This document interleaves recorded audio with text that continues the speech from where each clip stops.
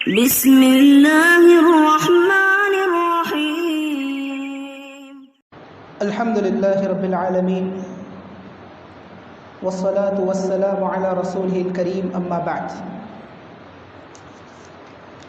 حضرت ابن عباس رضی اللہ تعالی عنہما کی ایک طویل حدیث ہے جس کا مفہوم یہ ہے کہ ابن عباس رضی اللہ تعالی عنہما فرماتے ہیں کہ نبی کریم صلی اللہ علیہ وسلم نے ارشاد فرمایا کہ مجھ پر امتیں پیش کی گئی، یعنی مجھے امتیں دکھلائی گئی، اور میں نے دیکھا کہ ایک نبی ہے جس کے ساتھ چند آدمی ہیں، یعنی چند لوگ اس کے امتی ہیں، اور میں نے ایک نبی کو دیکھا کہ اس کے ساتھ ایک امتی ہے، اور ایک نبی کو دیکھا کہ اس کے ساتھ دو لوگ ہیں، اور ایک نبی کو دیکھا کہ اس کے ساتھ کوئی بھی نہیں ہے، وہ اکیلا آ رہا ہے۔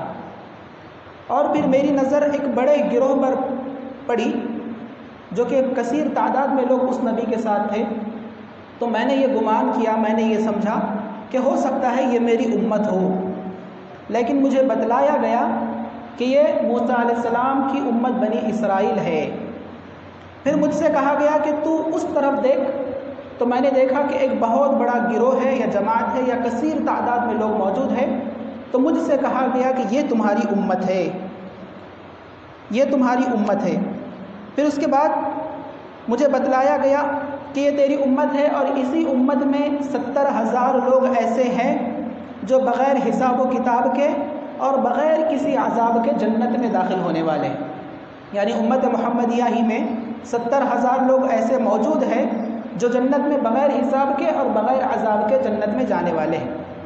تو نبی کریم صلی اللہ علیہ وسلم صحابہ کرام سے یہ بات بیان کر رہے تھے، یہاں تک بات بیان کرنے کے بعد نبی کریم صلی اللہ علیہ وسلم اپنے گھر چلے گئے۔ اب صحابہ کرام آپس میں بحث کرنے لگے کہ یہ کون لوگ ہیں جو 70,000 ہیں اور جنت میں جائیں گے بغیر کسی حساب کے، بغیر کسی عذاب کے۔ بعض صحابہ کرام کہنے لگے کہ ہو سکتا ہے یہ وہ لوگ ہوں گے جنہیں نبی کریم صلی اللہ علیہ وسلم کی صحبت کا شرف ملا ہو، یعنی جو صحابہ ہیں۔ بعض صحابہ نے کہا کہ نہیں، یہ وہ لوگ ہو سکتے ہیں جو مسلم گھرانے میں پیدا ہوئے اور اللہ کے ساتھ کبھی شرک نہ کیے ہوں۔ تو آپس میں بحث کرنے لگے، یہاں تک کہ نبی کریم صلی اللہ علیہ وسلم دوبارہ واپس آئے اور کہنے لگے کہ کس بارے میں تم بحث کر رہے ہو؟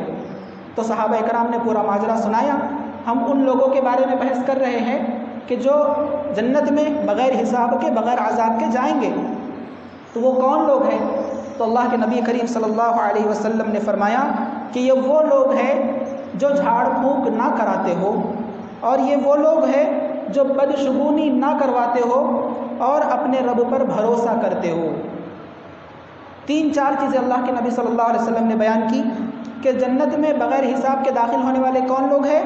جو نہ جھاڑ پھونک کراتے ہیں، یعنی اپنے اوپر کسی کے ذریعے دم نہیں کراتے، کسی کے ذریعے دم کرا کر نہیں پھونکا کرتے، اور یہ وہ لوگ ہیں جو بدشگونی نہیں لیتے اور اپنے رب پر توکل اور بھروسہ کرتے ہیں۔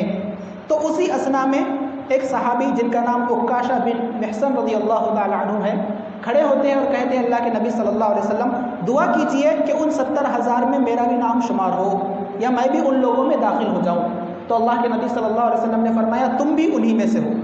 پھر ان کے بعد ایک اور صحابی کھڑے ہوئے اور کہنے لگے اے اللہ کے نبی صلی اللہ علیہ وسلم میرے لیے بھی دعا کیجئے کہ میں بھی ان 70,000 میں شامل ہو جاؤں۔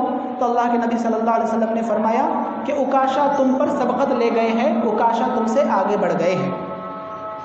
راوی حدیث ابن عباس رضی اللہ تعالی عنہما ہے، اور یہ حدیث بخاری اور مسلم کی حدیث ہے۔ اس حدیث میں سب سے پہلی چیز جو نبی کریم صلی اللہ علیہ وسلم نے فرمایا کہ میں نے چند نبیوں کو دیکھا، یا ایک نبی کو دیکھا کہ جس کے ساتھ ایک امتی تھا، یا کسی کے ساتھ 2 امتی تھے، یا ایک نبی تو ایسا تھا جو اکیلا آ رہا تھا، اس کے ساتھ کوئی بھی امتی موجود نہیں تھا۔ تو اس حدیث سے یہ بات معلوم ہوئی کہ کثرت، امت کی تعداد کی کثرت جو ہے معنی نہیں رکھتی، بلکہ حقیقت میں جو ہے معنی رکھتا ہے۔ ہم کئی ادیان باطلہ یا مذاہب باطلہ کو دیکھتے ہیں جس کے متبعین یا اس کو فالو کرنے والے بہت سارے لوگ ہوتے ہیں، لیکن ان کا مذہب کوئی معنی نہیں رکھتا، ان کا مذہب حقیقی مذہب نہیں ہے۔ تو گویا کہ اسلام میں قلت اور کثرت کی کوئی حیثیت نہیں ہے، اگرچہ کہ چند لوگ ہیں لیکن حق پر ہے تو یہی ان کے لیے کافی ہے۔ اور اسی طرح پھر اللہ کے نبی صلی اللہ علیہ وسلم نے فرمایا کہ میری امت کو میں نے دیکھا جو کہ کثیر تعداد میں موجود تھی، اور مجھے بتلایا گیا کہ میری امت کے 70,000 لوگ جنت میں بغیر حساب و کتاب کے جائیں گے۔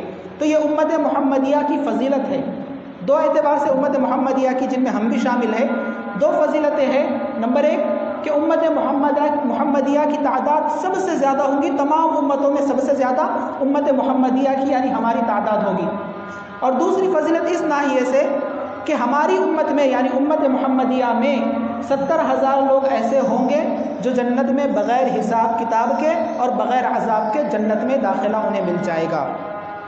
اور پھر ان کی صفتیں بیان کی گئی ہے کہ وہ لوگ کون ہوں گے جو کسی کے ذریعے یا کسی سے سوال کر کے اپنے اوپر دم نہ کراتے ہو، جھاڑ پھونک نہ کراتے ہو۔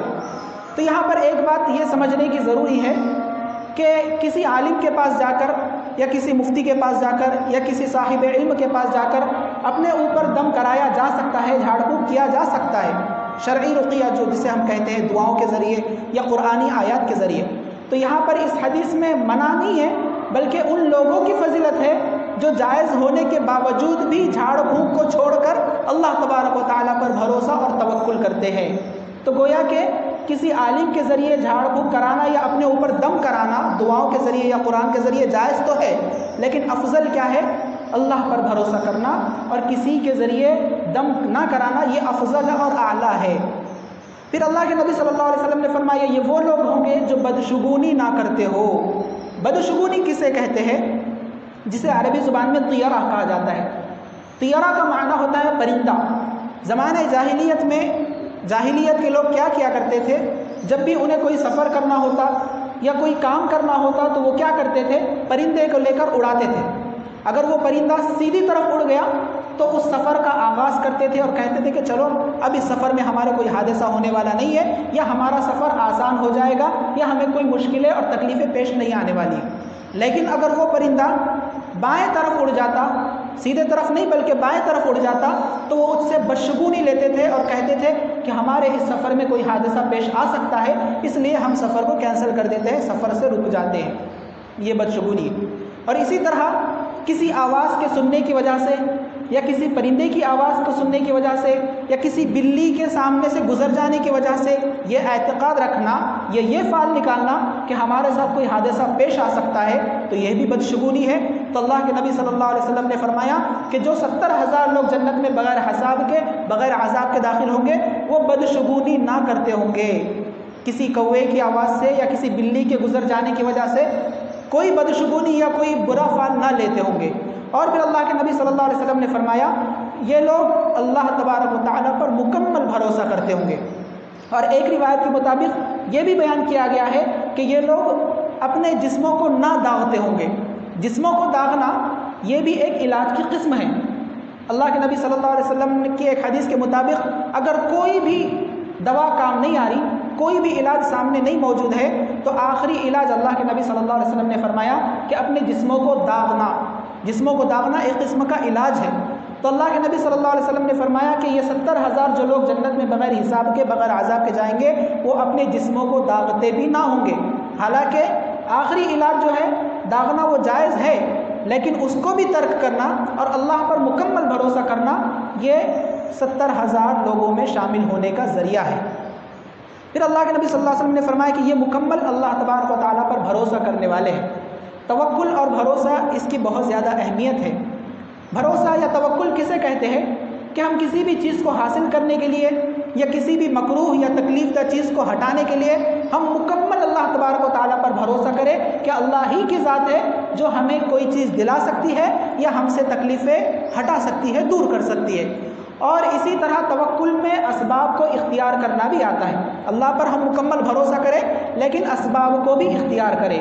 مثلا مثال کے طور پر ہمارے پاس کوئی اونٹ ہے یا بکری ہے، ہم اسے ایسے ہی چھوڑ دیں گے اور کہیں گے مجھے اللہ پر بھروسہ ہے، تو یہ توکل نہیں ہے، بلکہ اونٹ کو باندھنے کے بعد یا بکری کو باندھنے کے بعد اللہ پر بھروسہ کیا جائے۔ جیسا کہ اللہ کے نبی صلی اللہ علیہ وسلم نے ارشاد فرمایا کہ پہلے اونٹ کو باندھو پھر اللہ پر بھروسہ کرو۔ توکل کا مطلب یہ ہے کہ ہم اسباب کو اختیار کریں اور پھر اللہ تبارک و تعالیٰ پر بھروسہ کریں. اور جو شخص اللہ پر بھروسہ کرتا ہے تو اللہ تبارک و تعالیٰ نے اس کے بارے میں ارشاد فرمایا وَمَن يَتَوَكَّلْ عَلَى اللَّهِ فَهُوَ حَسْبُهُ، کہ جو لوگ اللہ پر بھروسہ کرتے ہیں اللہ ان کے لیے کافی ہو جاتا ہے، اللہ ان کے لیے راستے ہموار کرتا ہے. اور مومنوں کی یہ صفت ہے کہ وہ اللہ تبارک و تعالیٰ پر توکل اور بھروسہ اور اعتماد اللہ پر کرتے ہیں، مخلوق پر یا کسی دوسرے لوگوں پر بھروسہ نہیں کرتے. تو اس میں توکل اور اللہ پر بھروسے کی بھی اہمیت بیان کی گئی ہے. اور اسی طرح اس حدیث میں صحابی رسول عکاشہ بن محصن رضی اللہ تعالیٰ عنہ کی فضیلت بیان کی گئی ہے کہ انہوں نے کیا کیا، کھڑے ہو کر کہنے لگے کہ اللہ کے نبی صلی اللہ علیہ وسلم میرے لیے دعا کیجئے کہ میں بھی ان 70,000 لوگوں میں شامل ہو جاؤں. تو اللہ کے نبی صلی اللہ علیہ وسلم نے فرمایا تم بھی انہی میں سے ہو. تو گویا کہ اللہ کے نبی صلی اللہ علیہ وسلم نے دنیا میں انہیں جنت کی بشارت دے دی. اس کے بعد عکاشہ بن محصن کے بعد ایک اور صحابی کھڑے ہوئے اور کہنے لگے اے اللہ کے نبی میرے لیے بھی دعا کر دیجئے. تو اللہ کے نبی صلی اللہ علیہ وسلم نے کیا فرمایا کہ عکاشہ تم پر سبقت لے گئے ہیں، عکاشہ تم سے آگے بڑھ گئے ہیں، یعنی تم ان 70,000 لوگوں میں شامل نہیں ہو. تو یہاں پر اللہ کے نبی صلی اللہ علیہ وسلم کے اخلاق حسنہ معلوم ہوتے ہیں. اللہ کے نبی صلی اللہ علیہ وسلم کا لوگوں کے ساتھ بات کرنے کا طریقہ کس طرح سے تھا. آپ صلی اللہ علیہ وسلم نے یہ نہیں کہا کہ تو 70,000 لوگوں میں سے نہیں ہے، تو جنتی نہیں ہے، تو اس میں داخل نہیں ہو سکتا. کیونکہ اگر آپ صلی اللہ علیہ وسلم ایسا بولتے تو ہو سکتا تھا کہ وہ سامنے والے کو تکلیف پہنچتی، اس کے دل کو ٹھیس پہنچتا. لیکن اللہ کے نبی صلی اللہ علیہ وسلم نے بہت اچھی اور بہترین بات کہی کہ سبقک عکاشہ، کہ تم پر عکاشہ سبقت لے گئے ہیں. تو اس میں کوئی ایسی بات بھی نہیں ہے جو سامنے والے کو تکلیف پہنچاتی ہے، اور سامنے والا سمجھ بھی گیا ہے کہ نبی کریم صلی اللہ علیہ وسلم کیا کہنا چاہ رہے ہیں. تو اس میں نبی کریم صلی اللہ علیہ وسلم کی دور اندیشی، نبی کریم صلی اللہ علیہ وسلم کے حلم اور بردباری بیان کی جاتی ہے کہ آپ صلی اللہ علیہ وسلم لوگوں سے کس طرح بات کیا کرتے تھے، اور ایسی بات کیا کرتے تھے جس سے سامنے والے کو تکلیف بھی نہیں پہنچتی تھی اور اس کی دل آزاری نہیں ہوتی تھی. اور یہاں پر ایک چیز صحابہ کرام کا حرص، یا صحابہ کرام کتنے حریص تھے جنت کو پانے کے لیے، کہ جب نبی کریم صلی اللہ علیہ وسلم نے بیان کر دیا کہ یہ 70,000 لوگ جنت میں بغیر حساب کے بغیر عذاب کے جائیں گے، تو صحابہ کرام کئی دیر تک آپس میں مباحثہ کرنے لگے، بحث کرنے لگے، سوچنے لگے کہ یہ وہ کون لوگ ہو سکتے ہیں جو جنت میں اس طرح جائیں گے کہ نہ ان کا کوئی حساب و کتاب ہوگا اور نہ ہی کوئی عذاب ہوگا. تو صحابہ کرام گویا کہ بہت زیادہ حریص ہوا کرتے تھے جنت کے بارے میں اور جنت کو حاصل کرنے کے لیے. آخر میں اللہ سے دعا ہے کہ اللہ تبارک و تعالیٰ میں حدیث کو سمجھنے اور اس پر عمل کرنے کی توفیق عطا فرمائے. آمین. وآخر دعوانا ان الحمد للہ رب العالمین.